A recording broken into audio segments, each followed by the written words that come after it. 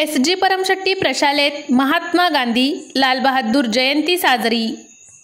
अक्कलकोट तालुक्यातील दुधनी येथील एस.जी. परमशेट्टी प्रशालेत राष्ट्रपिता महात्मा गांधी व माजी पंतप्रधान लाल बहादूर शास्त्री यांची जयंती तसेच कैलासवासी सातलिंगप्पा म्हेत्रे यांचा स्मृती दिन साजरा करण्यात आला।